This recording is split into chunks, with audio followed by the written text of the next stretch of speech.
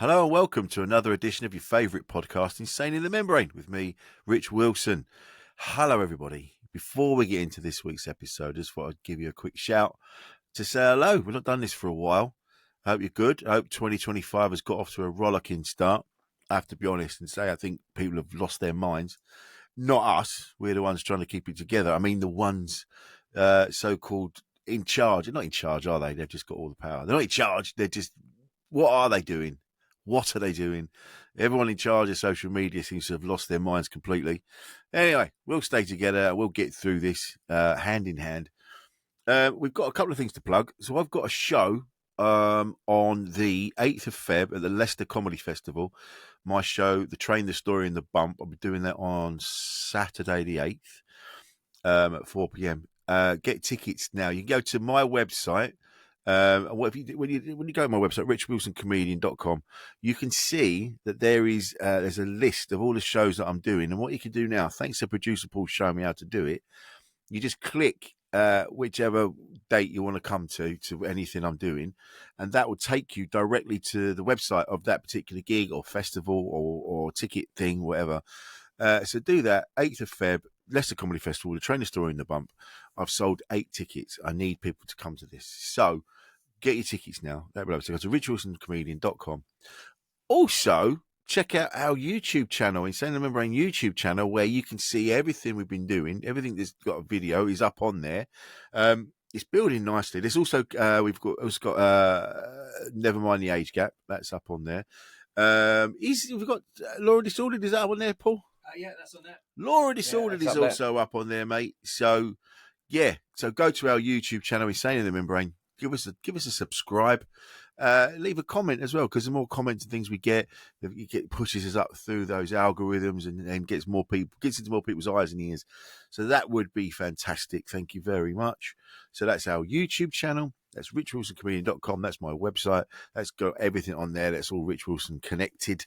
And if you're into that sort of thing, which some people are, I'm surprised, producer Paul, to be honest, but people seem to dig it. And we also got a radio show on Radio Bath. That's at noon every Saturday.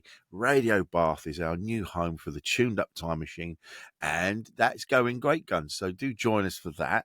We're on Instagram as well with that, the Tuned Up Time Machine. So give us a like and a follow on there. As am I. I'm on there. Producer Paul's on there. I mean, sporadically. Yeah, it's like a grandma that's just found out how wheels work. He's on there sometimes.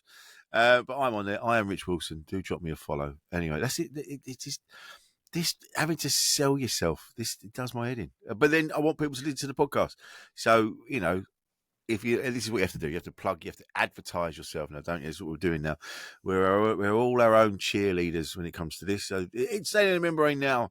In our 6 years now, Paul? 6 years. Yeah, I think so. 6 years, mate.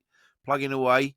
We've had some scintillating guests on. We've got some brilliant guests coming up, which I'm just sorting out now.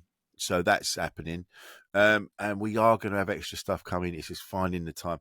I haven't had the internet at home. You have no idea how pivotal the internet is to your daily existence now.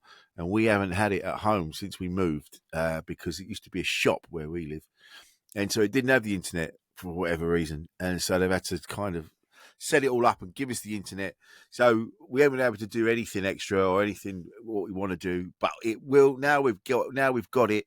Now things are going to come again. We're going to do Never Mind the Age Gap. We're going to do, but please don't panic as well with Wellesley. We're going to be doing all these things. There'll be extra stuff that we're going to give to you. So we're getting there. We're getting there. We're not just two old fuddy duddies in a shed talking to ourselves. We are getting there. There's stuff that we are going to do. So I'm waffling again, as I always do. So we're going to get on with this week's episode. And this week's episode is with a brilliant comedian that I've worked with many, many times before. And this is a really funny episode. I think you'll enjoy this one. So coming up in a minute is Danny Ward. Welcome, Danny Ward, to Insane in the Membrane, by the way. Thanks, Rich. We were talking about the fact that what your email, what Microsoft think is junk and what they think is important. And I think because having known you as long as I have, I always associate you with gadgets and like things. So your algorithm's probably gone, yeah, he's going to want to know about this offer. No, never mind about all the work that he could be making thousands of pounds from. He needs to know about this magic spoon. So I tell you what, whoever it is, they've got themselves through the filters now. I'm getting these emails that are quite clearly junk into my inbox, about 5 to 10 a day, and they've all got little emojis in the sort of like the subject box, All right. and I just can't stop them coming. They keep saying I've won stuff, but I don't think I have. Yeah, I every now and again I'll go through my junk mail, and I'm like, oh, I've won a cement mixer. Oh, I won a foot pump. It's better than going through your junk email every now and then and going, oh, I've won a cement mixer, rather than, oh, I didn't reply to a 500 quid gig last month in 10 minutes from my house. I've got to be honest, that hasn't happened to me very often. There's been I two things. I can't say I've ever had a 500 quid gig either, Rich, to be honest. I tell you what, though, I every now and again, you pop into my head talking about the gadgets and things, and it happened the other day. So my wife, Kate, she wanted one of those slap chops. Like when people go, right, in the new year, I'm going to cook more, I'm going to do this, I'm going to do that. If I get that one implement or that one gadget, that's going to revolutionise my cooking experience. She said it, and I'm like, I bet that's going to be shit. Because, in my head, I'm like, it does the same. You've got knives. Yeah. How hard is chopping? So anyway, we've got this slap. I bought her this slap chop because I'm a romantic devil, and she used it yesterday for the first time. And she did one slap, and she went, "This is shit." A couple of things. Number one, what's a slap chop?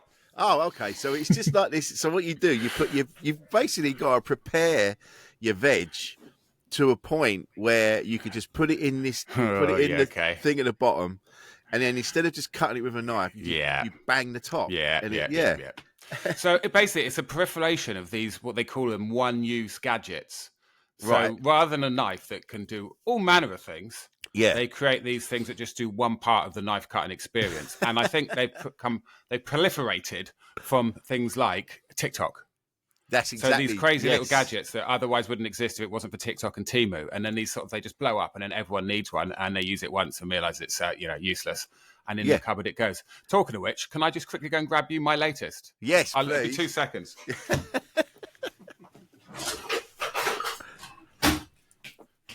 Now I don't think this is useless, but what you see there is it's a spatula, yellow spatula, about 9 inches in length.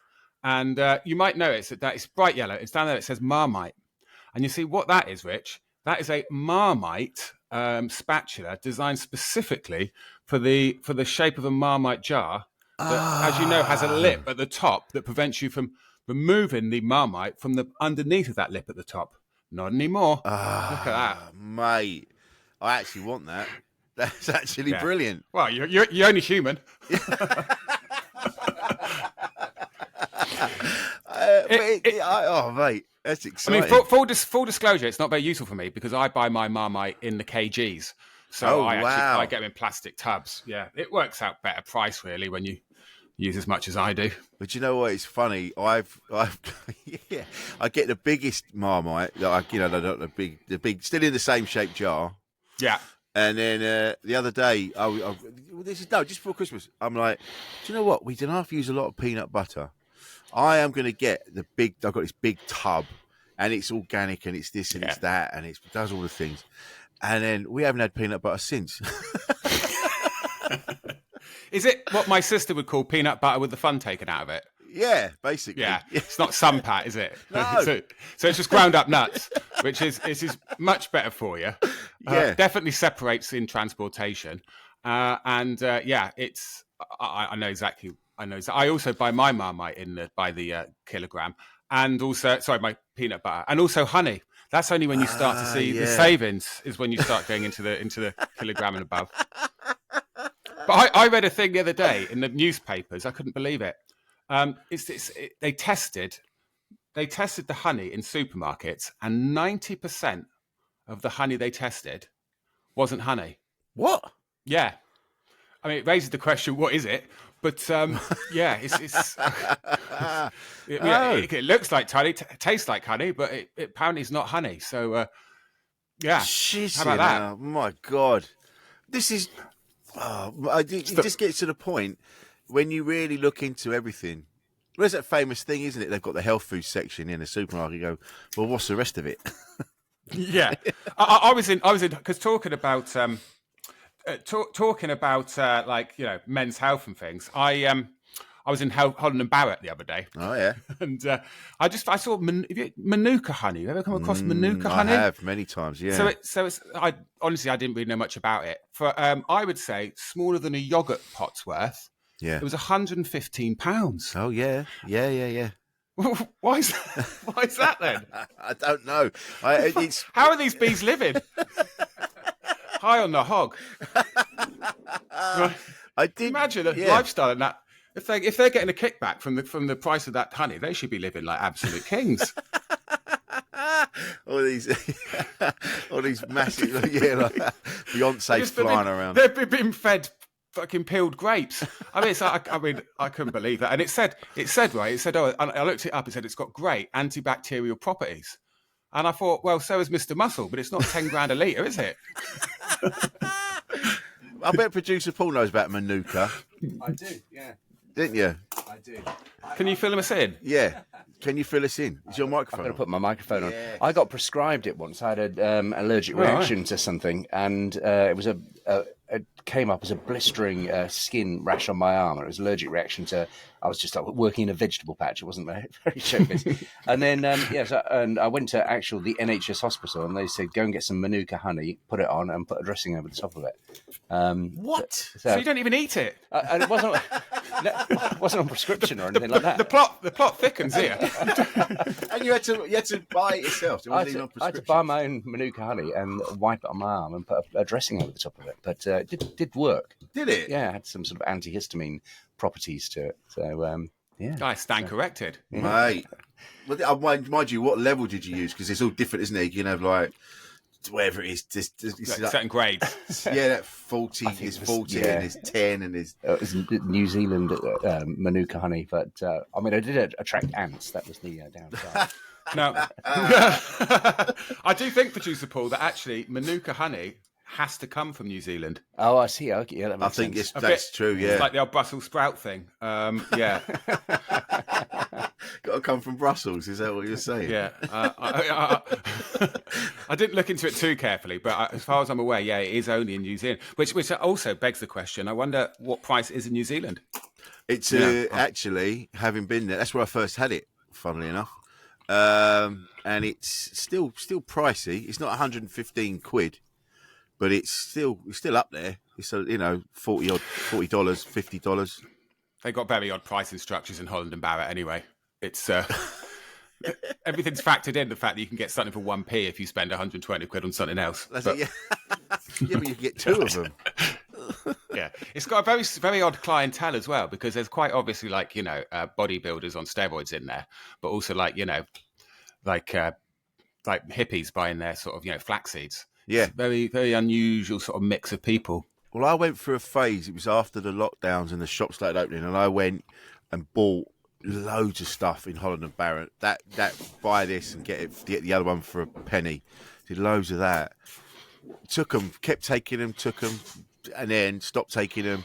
Felt the same. So I don't know what's happened.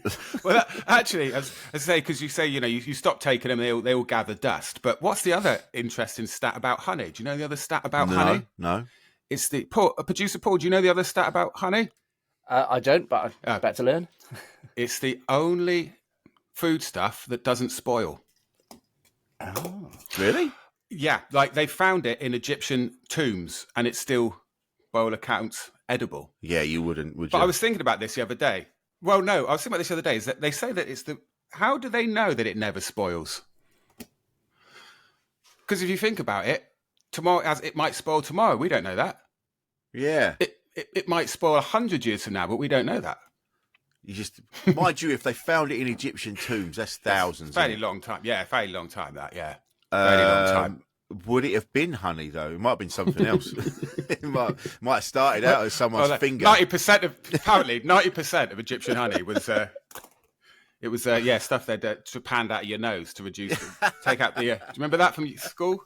Trepanning, yeah. To pulling your brain out of your nose.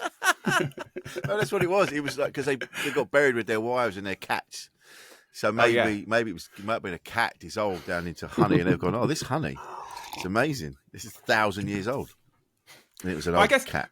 But you were saying like about coming out of lockdown. Maybe it's the same as like coming out of New Year's, isn't it? That you sort of commit to these new sort of health initiatives. Yeah. And I sort of had a similar one a couple of months ago because I went to the doctors for that 40+ health check. Oh, yeah.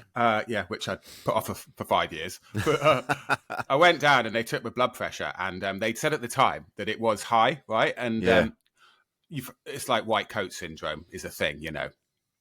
I mean, I can't peg it on that because the... You know white coat syndrome? No, what's white coat syndrome? So white coat syndrome is where you're in the doctors and your blood pressure rises artificially because you're sort of the stress of the fact that the doctor's wearing a white coat. I can't peg it on that because it was the nurse who took it was wearing a flowery dress. And there's no such thing as flowery dress syndrome. Right? But nothing legal. So she said that's high and we're going to want you to monitor it like twice a day for a week. Okay. And it was in that twice a day for a week that I started, all these new initiatives. And actually, it turned out that the readings during the week were okay. It was just when I was in the doctors, just for some reason, just panicked me. But in that week, I did all sorts of things, and I gave up caffeine, and I also bought reduced salt Marmite. Oh, now, wow. Excuse my French, but if there's anything that's a waste of fucking time, it's reduced salt Marmite. You'd be better off just spreading thin air on your toast. That's just brown stuff. Yeah. It's utterly tasteless. So it turns out that some foods are really well. If you season them, they're much better. Turns out Marmite's one of those. Isn't Marmite like 90% salt? I think where they get it is they actually get it from the vats. Marmite comes from it's a byproduct of the beer process, of beer fermenting process, where they scrape all the yeast extract from the bottom of the vats of the beer, right? Vats. Okay, yeah. But then I assume like they got that and go that. They thought they tasted it and thought, do you know what? This needs salt. Some pisshead that works there. Because I did think about that, but it's not at all alcoholic. But I guess it's been burnt off at that point. I'm no physicist. That's what it is. Yeah, it's the residue from all the all the shit getting. And then someone whacked a load of salt on it. Went, yeah, that's edible. That'll do. And before you know it, lo and behold, multi-million-pound industry. But it's like when you see anything and it says no added sugar or no extra, this is sugar free, whatever it is, and you go, well, there's something in there. There's something in there that's still making it tolerable. So I think it's often sugar and salt. Like I also went down the road of the sugar and salt reduced baked beans. Yeah, that's pointless. Just a waste of time. Yeah. I'm embarrassed to admit that I actually added sugar and salt to them just to get them back to where they should have been. But because it's one of those things. I think you either have baked beans with sugar and salt, or you don't have baked beans. Yeah, you know what I mean. It's sort of. I've also got a block of Cathedral City in there, which is a reduced fat, and because I bought that when I was monitoring my blood pressure, and now I'm just thinking, probably life is too short. Life is too short. High blood pressure or not. If you're gonna commit to something that you shouldn't have all the time, like it's just in moderation, isn't it? Like you can still have it. Like I went to the doctor just before Christmas and I got the blood test back and it just said you are pre-diabetic. So you carry on. Basically, it said if you carry on being a fat piece of shit, you're gonna have to stop buying shoes. It'd be pointless. So I really like buying shoes. Yeah. So I'm like, all right, but now it's moderation. It's like, well, I'm not gonna have fat-free cheese, and I'm not gonna have sugar-free beans. I'm just not gonna eat those things all the time. Yeah, I the thing about pre-diabetes is you can row back from that. Yeah, exactly. I mean, quite literally, if you join a gym, do you know? Yeah, just stop doing what you're doing and go back the other way. You'll be fine.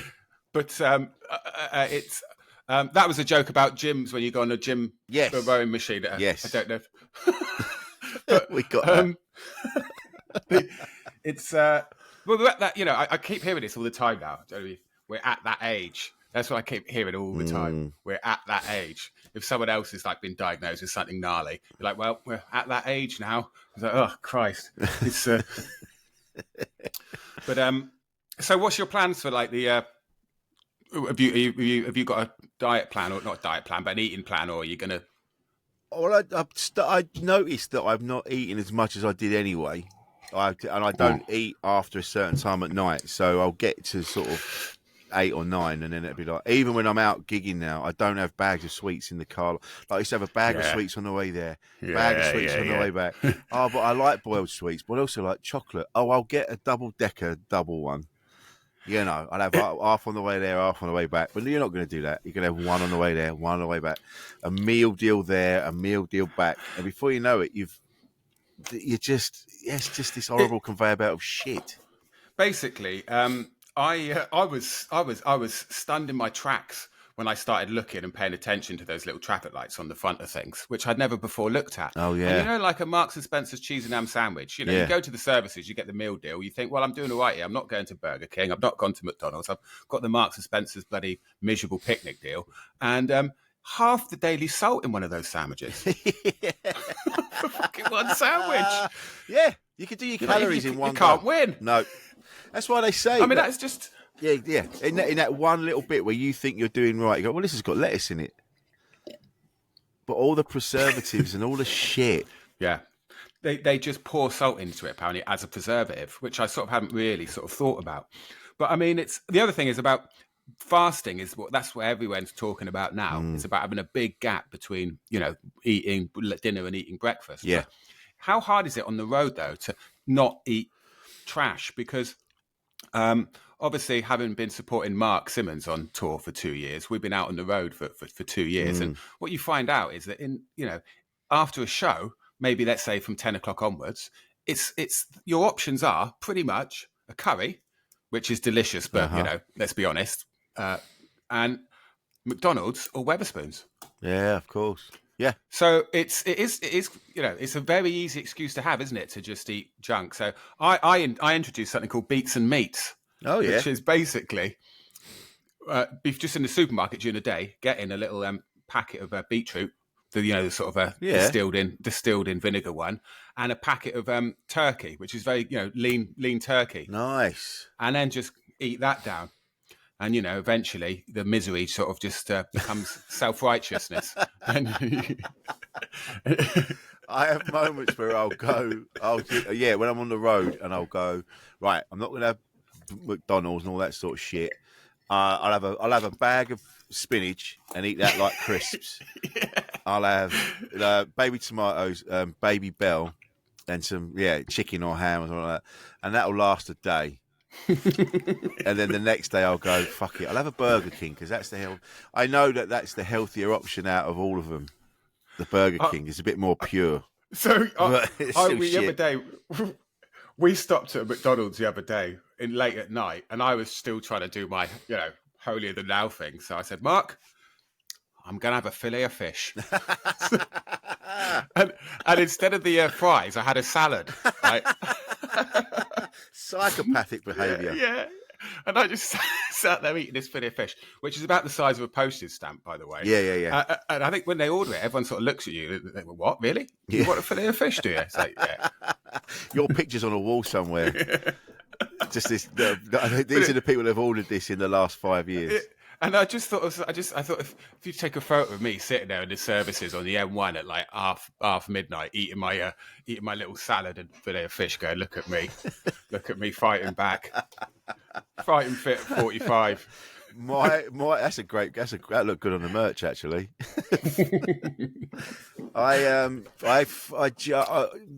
What's wrong with me is that I'll have a moment of confidence and I'll be feeling good and I'll go, oh, fuck it. I'll have what I want.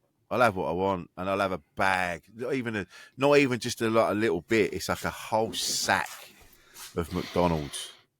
And just...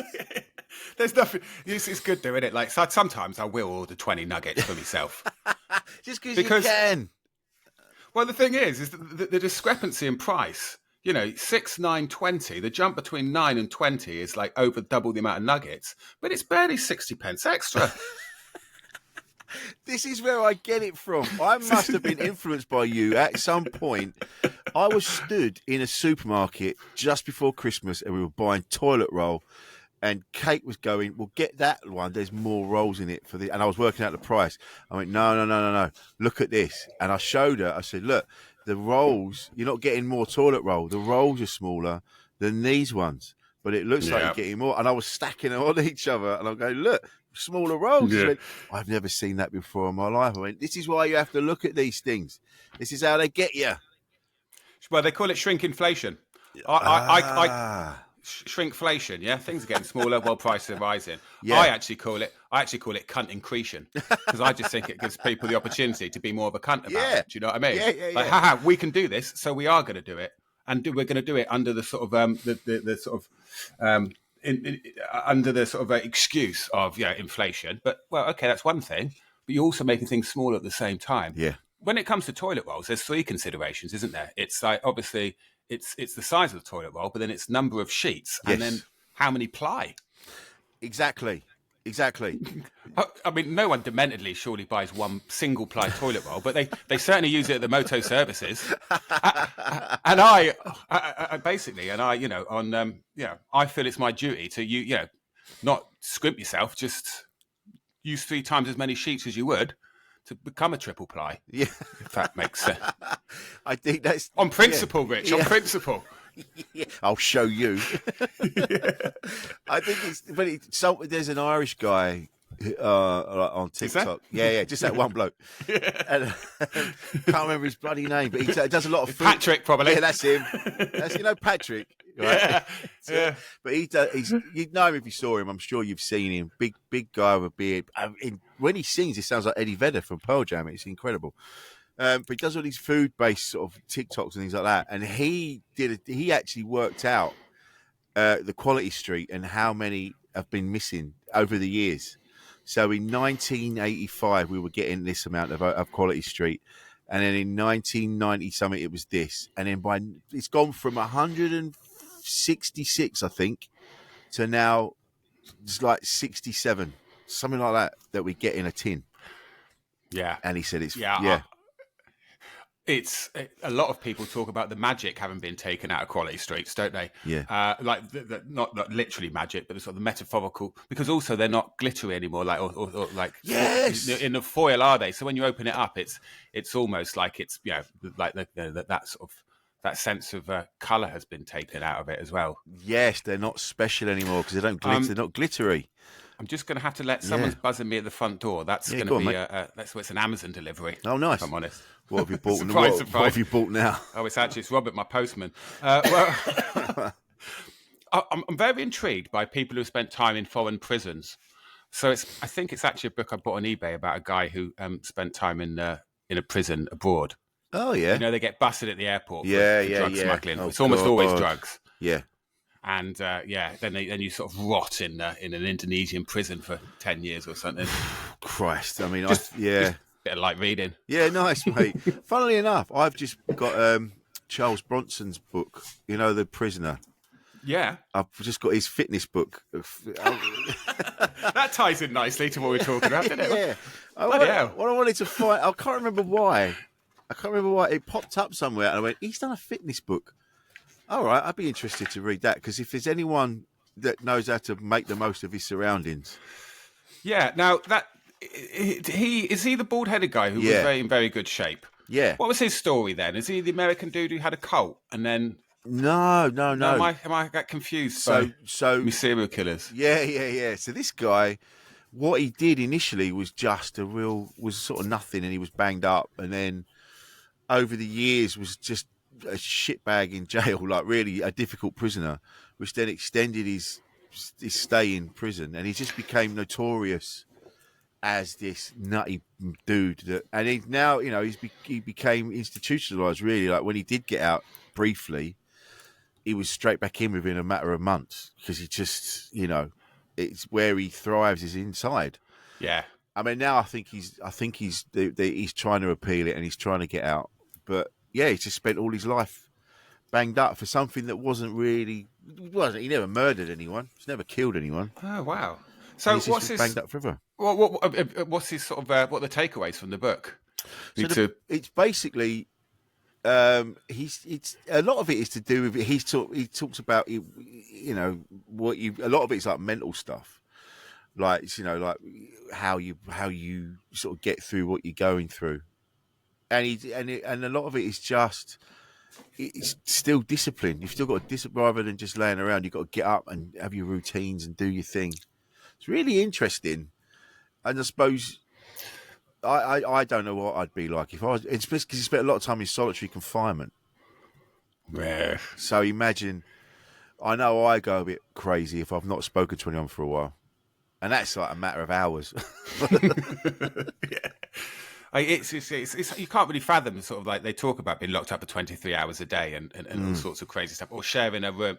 You're in a cell where it's like 200 men and it's basically meant to be for 20 men and it's 45 degrees and you're being bitten by the cockroaches and the mosquitoes and there's no food. And like I read this one called Damage Done, which was a really interesting bloke, Warren Fellows he was called. Yeah. He got busted in Thailand and he went to Bang Kwang, which is like the notorious prison in Thailand. And he said the food was so bad they used to feed the food to the cockroaches and then eat the cockroaches. No. That kind of thing. So you do wonder, the mental discipline to get through that is, when I sometimes I feel hard done by, if I run out of milk or something like that, I think, oh God, I got to go to the shop. It's like this sort of, it's a different level, isn't it? But I suppose it's a bit like the discipline of anything is creating routine and discipline. And actually, I read this thing about a bloke who decided to run a. He said it was quite interesting. He said something like routine is way more powerful than discipline, something like that. Oh, okay. So it was so basically said if you decide that you're going to run every day, then there's no should I, shouldn't I? Well, then it's just that's what I do. It's so just making yourself do it. Yeah. It's just so therefore you're not relying on you're relying on the routine of it and rather than the willpower. I don't know. It's always easier said than done, these things, aren't they? Yeah. But, it's procrastination's the other big one, isn't it? But maybe when you're inside, there's not a lot to divert yourself from the. No, you've literally got task at hand, which must be like 10,000 push-ups a day. I think that's it. It must go the other way and go, I've literally got nothing else to do. How am I going to keep myself entertained? And you start trying to find ways to keep yourself active, rather because we're out here and we've got so many distractions in life and we make all these excuses, like, oh, I need to go for that run. I need to go for that fast walk. Yeah, but it's cold. My shoes are all the way over there. Well, I've got that email to send. Before you know it, it's 3:00. It's 3:00 now. I'm not doing it now. Yeah, exactly. It's dark at 3:45. Yeah, and it's tax return season as well, isn't it? So everyone's looking for reasons to do something different than actually sit at your desk. But and also the thing is it's like once you actually do something like that, isn't it? Like in the periods of time where I sort of do yoga or go swimming or whatever. God, how you feel like $1 million after? Yeah, absolutely $1 million. But somehow it's quite easy to forget that sense, that feeling, and that euphoria quite quickly. Yeah. So actually, the next time you go and run, you don't think, "Well, I've got to go," because man, it was amazing afterwards. Yeah. It sort of only exists in that moment or moments afterwards. I had a moment in the summer where I was very active. A lot of the gigs I was doing, there was a lot of walking, and I was just out and not running, but I was going out. It was a lot of exercise for work. It wasn't just feel like, oh, I better go and do that thing. And I started to lose a bit of weight and I started to get fitter and I could feel the strength coming back. And I was like, oh, yeah, my legs don't ache like they used to. And I was getting in there. And I'm like, I must keep this up. And as soon as I said, I must keep this up, that was it. Yeah. Yeah. It's I've been there exactly. Like, so I got this, it's not that bad at the moment, but historically I've had a really, really bad back. And I found that yoga and Pilates were really, really good for it. But then as soon as the pain went away, so did me going down to the yoga and Pilates. This is it. Yeah. Once I go down a belt loop, a belt hole, I'm like, oh yeah, that's all right. I'm losing some weight. I'll just have a packet of crisps. I'm obviously doing all right. And before you know it, it's a big bag of crisps, and it's It's just, but going back to what we were saying before, it isn't. I've now I tell myself, I don't need 2 meal deals on the way to a gig. I don't have the. I know that you like the Purdy's thing because you think it's healthy, but it's not healthy. Yeah. It's just sugar. Have water. You'll feel better. You know, you're going to have a coffee anyway. And I do that all the time, doing deals with myself. Yeah, well, that's also a fair point, because that's the other way they get you in the bloody services, is that Purdy's the same price as water. Yeah. You know, bottle of water. So why would you get crappy water for £3 when you can get something that tastes nice for £3, right? Yeah. I mean, that's the other thing. They sort of force you into buying. But yeah, Purdy's is one of those ones where, remember in the old days, you say like Lucozade. Right, if you're ill, have Lucozade. yeah. And the stickier the... Those are orange colour and sugar. For some reason I thought it was medicinal. Yeah. And they used to say that about cigarettes, though, didn't they? Great for a sort of... I always think about this, how much fun it would have been to be an advertising executive like 60, 70 years ago, where you could literally say anything you wanted. Yeah. And it didn't have to be fact checked. We're probably looping round to that becoming the way now with, what was, the way things are going. But you could literally say, oh yeah, cigarettes really good for a sore throat. Fine, no one questions it. Good as gold, off you go then, yeah. Well, that's what Mark Zuckerberg wants on Facebook now. That's what he's going to... Well, I was going to say this. Just quite recently now, it does feel like we're going to live in a world without, I read something, someone said, he wants a world without facts. So you should coffee there, mate. I got a good, smoke a couple of tabs. This always happens. I'm fine until we start recording. But imagine being that, going like you've just said about that, about they want to make it this weird world where anything goes, they just want to spread bullshit and go, yeah, that's the way we want the world to be. And well, that's just insane. Do you think all the people that are in charge of social media have just gone mental in this last week?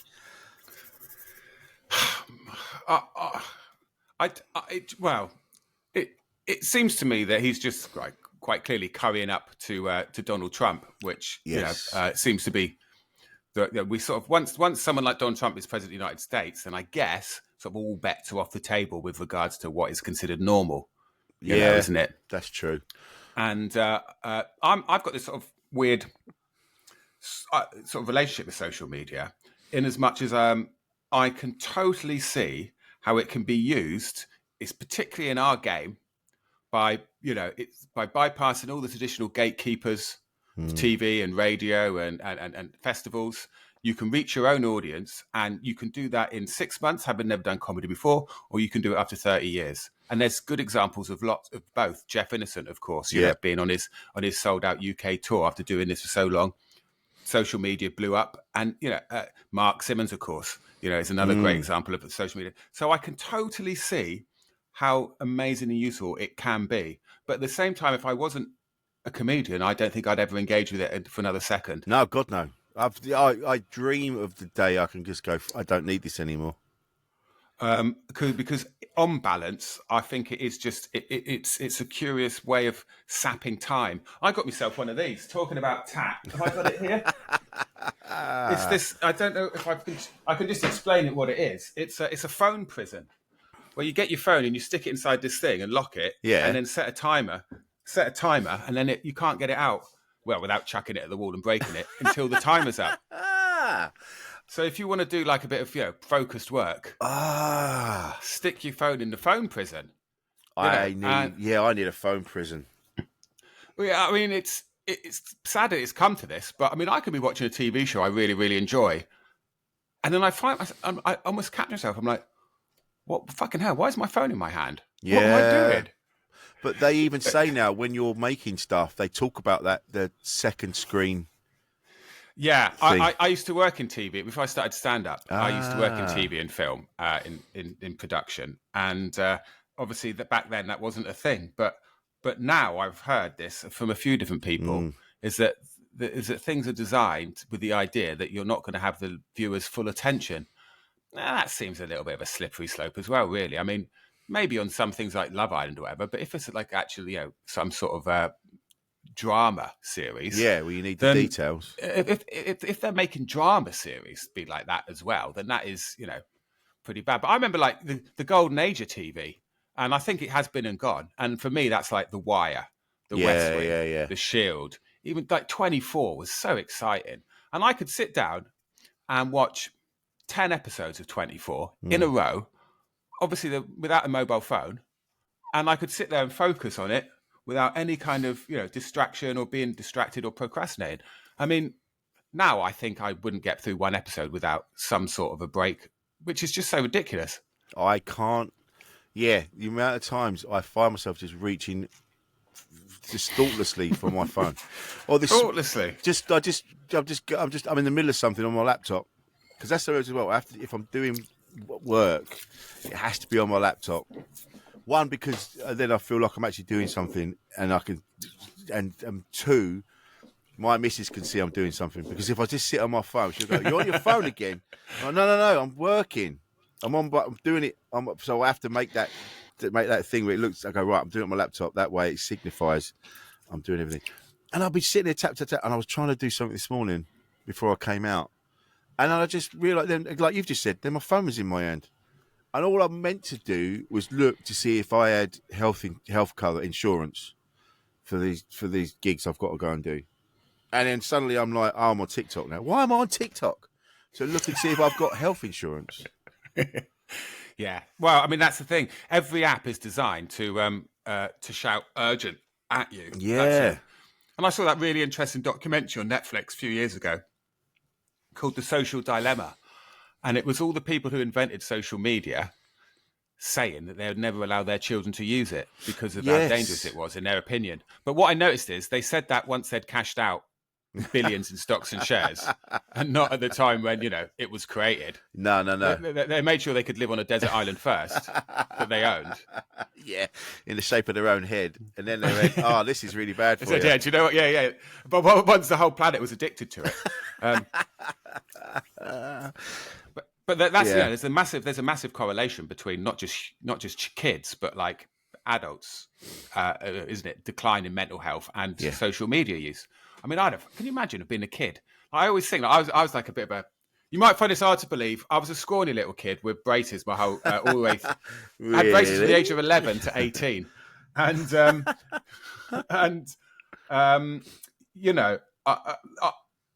when I was at school, the only people who I could compare myself to were pretty much the other kids in the school, and by and large, most kids at that age, most people are pretty much bits on a scrawny, etc.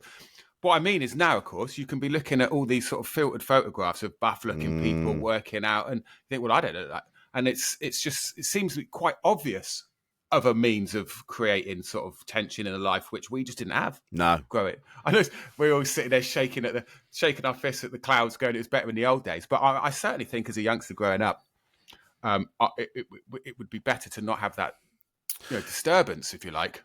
Disturbance is a great word. Yeah, you're right. I would have been, I know for a fact, growing up, if I had social media back then, it would have dominated my life. It would have been horrendous. I mean, it's bad enough now.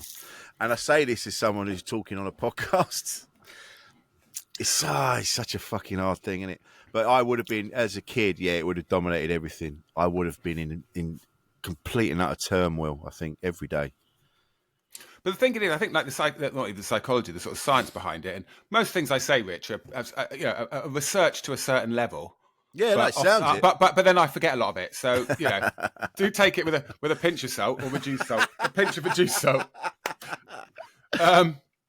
It's like when you're listening to a podcast, you're actively listening to what's being said, and there's a level of engagement. But I think and if you're watching a television program like a drama, there's a level of engagement, or reading a book. But there's something about when you're just idly flicking through social media, it's like the brain is almost, you're in neutral, but you're revving the engine. Yeah. So and that sort of creates this, you're not actually moving forwards, but nor are you resting.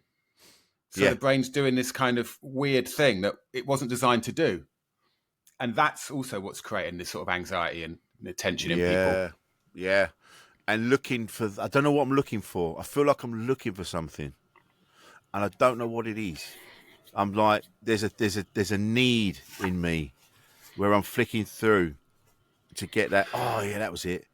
That's what. Looking for the dopamine hit, looking for the next hit, and it's all that's what it's all designed to do. I got my Instagram hacked I don't know why anyone would bother hacking my Instagram. I mean, there's so few people follow it. I would like to say I'm like Jesus on Instagram. I've got 12 followers, but it's you might as well go after somebody who's got who can spread a bit of who can spread through their social. But I got hacked, and people were trying to sell cryptocurrency. Right. Like on my stories, and they'd taken a photo of me and Mark, right? And then they'd posted it up and like put a little quote I made so much money from this cryptocurrency thing. Click here. Anyway, I got booted off Instagram, and my Facebook was locked as well, and it's really hard trying to get it back. Right? Oh shit! But for the month that I was locked out of both of those, can't say I found it too stressful. You know what I mean? I've said when you couldn't just open up Facebook. I literally couldn't do it if I wanted to. And they didn't. After a while, I suppose. I know I've said this before. I lost my phone, but then found it again. Someone found it and gave it back, but I'd already reported it lost, and so it took 2 months to get it back on. And it was nice actually not being connected for a bit. I mean, the issue we've got as comedians is that, the whole sort of game has changed with how people are booked for gigs, wasn't it? There was a time where almost all comedians had an agent, and that agent would ring up jongleurs and book in, 6 months in advance, 10 acts at a time. Yeah. So it's worth everyone's while. It's worth the agent's time. It's worth your time. It's worth jongleurs' time. Now it's a large lot of gigs are booked through the sort of groups on Facebook, aren't they? Yeah. So to be out of that for a period of time, could literally cost you work now. Yeah, that's true. Yeah. That is true, actually. It's funny, I think about what it used to be like. Yeah, it was literally phone calls. And because I'm not very good at making phone calls. Yeah, it was just phone calls. And I didn't, I did have a mobile phone when I started. It was 2004. But I do remember, I've heard stories of people trying to find 10p to make a phone call in a phone box because they're late for a gig or they can't find the gig, I mean, talking about the pros and cons of technology, I mean, there's one, isn't it? Like, and also not having sat nav, getting to gigs. Well, places where we end up going to do gigs. I mean, I did one the other day. It couldn't be more. You wouldn't have found it without sat nav. I said it. It was in Norfolk, right? It was this place in Norfolk. So that would have been pretty stressful, I imagine, to get to places without a phone. Oh yeah.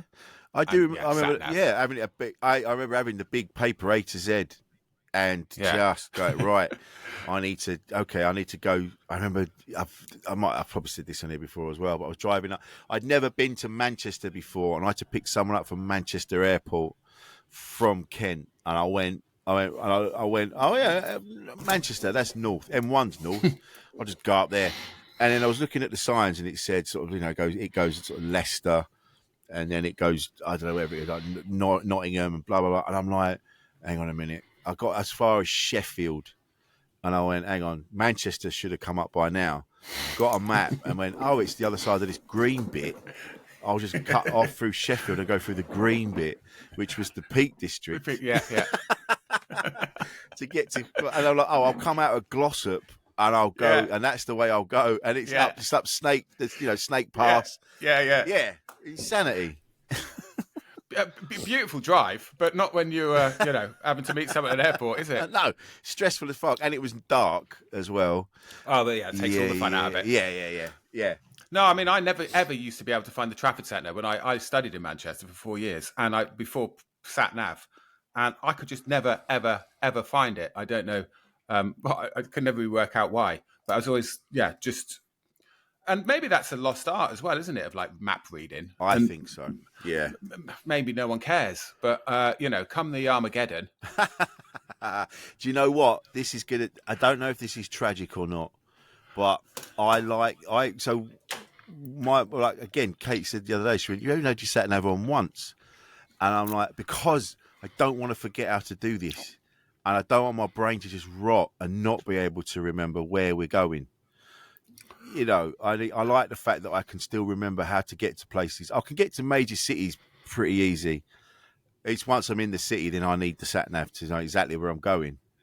But I don't want to lose that ability to know how to get to Worcester. without no one wants to forget the ability of how to get to Worcester, Rich. Good Lord. If we can't get to Worcester just on yeah. on brain matter alone, then what's the fucking point? What is the fucking point, man? Worcester. I mean, just off the top of my head, though, I'd probably say M40. Yeah, you would. Oh, yeah, where I am is well, of course, you're straight coming up from M5. Yeah. Now, of course, because you're down the southwest now, aren't you? Yeah, but it would have been M40, M5. Yeah, and you need that information. Yeah, I'm just trying to think of. I'm sure I have been to Worcester, but I think Worcester was one of those places I never knew where it was. It was a weird one because it's on the west of the country, but I never knew exactly where. I was like, was it Birmingham? Is it that? But it's actually in between. It's near Birmingham. And of course, famously, its sauce is also very, very salty. It is very salty, as condiments go. Is it umami? Do you find yourself stood in supermarkets? I do this now. We talked about the toilet roll. That's not the only time I'm stood there working out if I'm getting fucked or not. I'm always stood in supermarkets for ages. Like my wife says, "You in there for ages?" I'm like, "Yeah, because I'm stood here working out." Like nappies, for example. I'll be stood there and I'll go, right, so that's 2 for 20 quid, but that's 2 packs of that. And that's like, if you do that one, you get another 10 nappies out of that. And that's for the same 2 for 20 quid, but there's more in that particular make than that make. I know it just takes me forever to do the shopping. Yeah. Yeah, it's exactly what I do. Yeah. I mean, I guess we have a bit more time on our hands than some others, don't we? But like, in the old days, like I say, old days, this is like the pre-pandemic. Before I think about it, Danny Ward didn't used to grate his own cheese. I'd buy a bag of grated cheese, right? Now I'm sitting there working out the price per kilogram of the blocks, to trying to work out. And the other thing they do, and again, I'm doing all right. This is just like it's a lot of principle involved here. That's the thing. Yeah. I don't like to feel like I'm being mugged off. Principle, but a lot of yes. It's not like I'm sitting there panicking too much about the price of the cheese, but I think that's just silly. But the other thing they've introduced is these ridiculous loyalty cards you have to have. So you can go to Sainsbury's, and if you haven't got a Nectar card, you have to pay £13 for 5 lemons. And if you've got like a Nectar card, it's a sensible price. Yeah, and it's like who started this? And you've got to have one. The Boots do it now, Superdrug do it now, Tesco's do it. Sainsbury's do it. It's because they've worked out that because what you're doing really is what they're doing is giving you a prize for letting them sell your information. So they'll go, if you let us sell your information, which we're going to do anyway, you can have it at this price. Well done. But if you don't let us sell your information by not having a card, it's 4 times the price. And you go, well, I'll get a card then. And then that's it. You're in. That's exactly, yeah. And do you know what? It's not too much of a stretch, is it? Thinking about a dystopian future where that information is then sold to, I don't know, not necessarily the NHS, but in America, for example, let's say, where it's not free healthcare, where they can see exactly what you've eaten, and when it comes down to having an operation for something, they can say, well, you've spent your life feasting on these, burgers and deep fried whatever. Yeah. And you've bought more apples, so you get we're going to prioritize you. Like, do you know what I mean? Like that. I'm sure there's a not black books. What do I mean? Yeah, there's a list. No. That was that TV show called Black Mirror. Black Mirror. Black Mirror. Yeah. Black Books is completely different. That's literally about books. That's a different dystopian nightmare. Yeah. I find so. But I know what you mean, and you end up going, fuck it, I'll get the Tesco Club card then, because it was like yesterday I bought like the massive tubs of Lurpak because it was still cheaper with the card than it would have been for a normal Lurpak. And it was in the fridge, and Kate saw it this morning, and she just went, "Oh, that is a lot of Lurpak." It's not like we're not going to use it, are we? It's not like we do. It's not honey, Rich. It does go off at some point, though. Only if you don't wipe your knife properly before you put it in the butter. Just a quick question about that. Are you one of those people who keep on like that silver foil underneath the lid that comes, and people sometimes they pull it back and push it over? God, no. Yeah, take it off. Not for me. Fuck it off in the bin. What is wrong with you? It's got a plastic lid on, right? I mean, exactly. What you do? When I go to someone's house and I see that, I'm like, oh, you are this is I get this. You're a really uptight person that's still got that on. You wouldn't. Yeah, you know what? I'd be tempted to pull it off. Just ruin their day. So, sorry, I didn't realise. I remember. Yeah, sorry, I thought that was. Oh, I just didn't think you knew. I thought I was helping you out. Yeah. I remember years ago, and I had a block of cheese, and I cut a bit off. You show off. Yeah, whole block. Those were the days, Dad. Do you remember Yeah. Block, mate? I tell you what, mate. No, I didn't even think about it. I'm more like a cube now. Mate, why have they changed the fucking shape of the cheese? Like it used to be like flat rectangle. Now it's this weird, and I guess because it goes fucking quicker, doesn't it? Because it's in a different shape. You're still getting the same amount of cheese, but it's in a different shape, so you go through it quicker. I'm sure that's what's happened. There'll be a science behind it. They've worked out what shape is most quickly used. Yeah, and I think they've gone for the. Sorry, you were saying though. But I remember being in. I had this block of cheese, and I cut a bit off, and then just wrap the wrapper around it, and then put it in a sandwich bag and put it in the fridge. And the girl I was seeing at the time, Julia, went, "Why the fuck have you done that? Put it in the wrapper or put it in the bag? Well, why have you got the wrapper still around the cheese? Like, put it in the bag." I went, "Yeah, but when you pull it out of the bag, you're going to get cheese on your hands." Oh, that's a thought. Yeah, there was. I think that's what I was thinking. I generally use an airtight tub. Do you grate it first? No, but if I've grated some and there's too much grated cheese, I will put it back into the tub with the non-grated piece. What are you on about, Dan? You scoop it up in your hand and you ball it up and you shove it in your gob. Who's got spare grated cheese kicking about? I'll be honest, full disclosure, I only really eat cheese when it's melted, if I think about it now. Really? Generally. I can't remember when else. Well, yeah, unless I'm having a cheese and ham sandwich, if I'm taking the risk out of Marks and Spencer's. But no, at home, I don't think I'd ever have cheese unless it was melted in something. Mate, what kind of life are you living? Come to think about it. Well, I say this is a revelatory podcast this for me. This is what we like to do on Insane in the Membrane. We like to really get to the crux of the issues. But you talking of that big Lurpak that you bought. Yeah. Where I live, the Sainsbury's in me. Do you know what I'm going to say about it? No. It's got a security tag on it. Ah, because that's the this cost of living and inflation. That's where we're living now. Is that they have to put security tags not on the the massive expensive items, but on everyday staples. Essentials. People, when I lived in Worthing, I remember being in the co-op and I went to buy some detergent and the beads that make your washing smell even better than they do with just regular detergent. Because they make that weaker, so you buy these beads. They were in a security box, and And I said to the woman, because I took out the thing, and I went, "Why are they locked away?" She went, "Oh, you'd be surprised, people nicking them." And I was like, and there was a drug conversation. I said, "I don't know if you know about your average crackhead, but I don't think top of their list of priorities is clean sheets, mate." Well, there's a lot of I'm not a massive fan of the term middle class. Personally, I think you basically are working class or aristocratic, and anything else is an attempt to divide and conquer. But there is a lot of middle class theft. Yes, people who wouldn't generally have considered themselves to be thieves in the past, but now justify it to themselves in their heads that it is a victimless crime. Yeah. So that's what they think. So they're not, they're sort of. It's only they don't think they're doing anything wrong, and that's why those things like that are being. And like you sometimes I see in the co-op they had packets of chicken once. I was on stage doing a gig, and I was somewhere on the road and went to this co-op, and you remember like in the old days, so they used to have like CDs, these cases for CDs. Yeah, they used to have like music shops.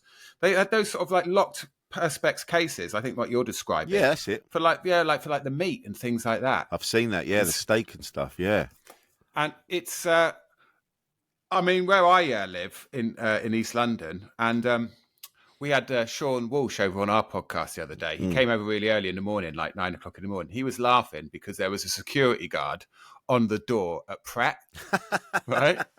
And then the other day I went in there, and the baristas were wearing body cams. What? So it's like, it's shoplifting, helping yourself to stuff. It's a big thing, right? But it was just like, how about that where I live, wearing their body cams behind the ear. I mean, behind the counters. It used to be. There used to be a lot. It used to be funny when I used to do jonglers in Nottingham, and you'd be out after having a drink, and you're walking back to your hotel, and there was like a 24-hour Greggs, and they'd have security, and you kind of went, yeah, that's fair enough. I imagine that, no disrespect to anyone. I frequent Greggs. I know lots of people do, but late night in a Greggs in Nottingham, it's going to attract some hoodlums. So you're going to need but 9 o'clock in the morning at a Pret. I don't know, kicking off. I mean, Sebastian getting the ump because it's £9 for a croissant and a flat Sebastian, white. Yeah, Sebastian, you've misread where I live, mate. Where in East London do you live then? Do you live? I thought it was all gentrified now. Not all of it. Not all of it. No, I'm in Stratford and I absolutely love it. But you know, I mean, I guess the thing is that it's one really dead easy for people just to walk into Pret. Everything's out on the shelves there, and you know they're about £7 a baguette. Yeah. So it wouldn't be hard to to rob them blind as well, I suppose. I guess and you're going to get some college student who's behind the counter working their part-time job. They're not going to stand up to some dude walking in. And neither should they. No, right? No, it's absolutely right. Absolutely right. Yeah. No one's being paid enough to care enough, really, no. I think. No, absolutely not. Have your baguette, mate. Have your baguette. Can I just circle round to the thing about them little pearls that you put into your washing? Because I have used them in the past. I have, yeah. But then I saw quite a little alarmist-looking picture of a duck with a cross through it on the back. What? Yeah, and I think that's what it meant it's like danger to aquatic life. Okay. Because I got a feeling they're like ultra bad for the environment, right? But my God, don't they half make your washing smell good? Yeah, exactly. Don't they half make your washing smell good? Everything's got a price to pay. It's all about balance, isn't it? Pros and cons. Ducks are horrible anyway. Don't they rape each other? So I would not know about that. Is it mallards or something like that? They're not very nice. But it's that. Yeah, it's a fuck 'em. No, not really. What makes me laugh is like we've got these pellets now to make your washing smell more. Yeah. Better go. Why just stick them in the detergent that I'm already buying, mate? And then, you know, it's like they've obviously worked out again another way to get some more money out of it. Yeah, I'm not even sure they say use them instead of the fabric softener. I think they're saying put in your washing detergent, put in your fabric softener, and whack in these pellets as well, right? That's it. It's to boost it. It's to boost it. Boost it. You just got this toxic sludge coming out into out of the back of your washing machine. But don't I smell nice? But don't you smell? And trying to get I don't have any outdoor space, so trying to get your clothes to dry nicely in a 1-bedroom flat is it's not to be sniffed at. You can sniff. I didn't mean that. That's a great joke. But the secret to it is, if anyone's listening for this purpose, the secret to well dried clothes in a small flat with no outdoor space, dehumidifier. Oh yeah, that's a brilliant way. We did that. When we lived in Worthing, we had a tiny flat, and we got my mother-in-law's dehumidifier. Just stood that next to the washing. Incredible. Incredible. Yeah, overnight. Yeah. Leave it on overnight. It doesn't cost much to run. That's it. Like a tumble dryer. And when you wake up in the morning, everything's... And then when you empty... I've never quite believed it, really. When you empty the dehumidifier, there's a basin inside it. Yeah. There's a litre plus of water in there. Yeah, drink it. Just suck... Do you know what? Actually, I'll tell you about this. I had a yucca plant, and I do you know what I did? I watered it with this water from the dehumidifier once. Yeah, killed it stone dead. Hence the signs at the duck pond. Yeah. Killed it stone dead, mate. And smelled nice though. Even if you pour it down the toilet, it leaves a sort of a residue in the back of the toilet you have to wash away. Oh, you get you get like a rainbow. It's God knows what's in it, but yeah, that was so dehumidifiers. Yes, dehumidified water. Don't feed the plants with it. And on that note, that brings us to the end of Insane in the Membrane. Where can we find you on the socials, Dan? So, Danny Ward Comedy. I'm sure it's comedy, not comedian. I should know this kind of thing, really, shouldn't I? Oh, I do this all the time with my website. I'm pretty sure. Let me just check. Yeah, I do it every time. So I go, I've got a website. It's Danny Ward. Yeah. And I go, it's Rich Wilson comedian comedy. Oh shit. Yeah. So it's what is it, Dan? It's Danny Ward comedy. There Danny you go. Ward comedy across the whole breadth of them. And can I plug our podcast as well? Yes, you can. Right? Of course you can. I'm sure when Mark was on the show, he probably did this. Nope. Oh, did he not? Oh, I can't be bothered then if he can't be. I think we got too waylaid. But yeah, go on. Oh, it's called Jokes with Mark Simmons. He mentioned it. Yeah, we talked about it. Yes. Right. Yeah. Jokes with Mark Simmons. And it's a podcast where we talk to comedians about jokes they can't get to work. So that's the other thing I do. Do you know what? It's funny because Mark had said, "Yes, you've been on it." I mean, yeah, I have. But now I remember his battery ran out of his recorder. Oh God! Halfway through, and we never went back to it. Unbelievable. So I need to come back on. Yeah, I hasten to add that's before I came on board. Yeah, we were recording it in a toilet in wherever it was, St Albans. We run a tighter ship now than that, mate. We plug our equipment into the mains, right? Battery operated. You boys. Oh, I'll have to have words about that. I know. I've only just remembered it, so yeah, we'll have to finish off. But Dan, this has been great. Thank you so much, mate. This has been more than welcome. Thank you. Thank you. This has been Insane in the Membrane. This has been Danny Ward, and I've been Rich Wilson, and producer Paul, and we'll see you next time.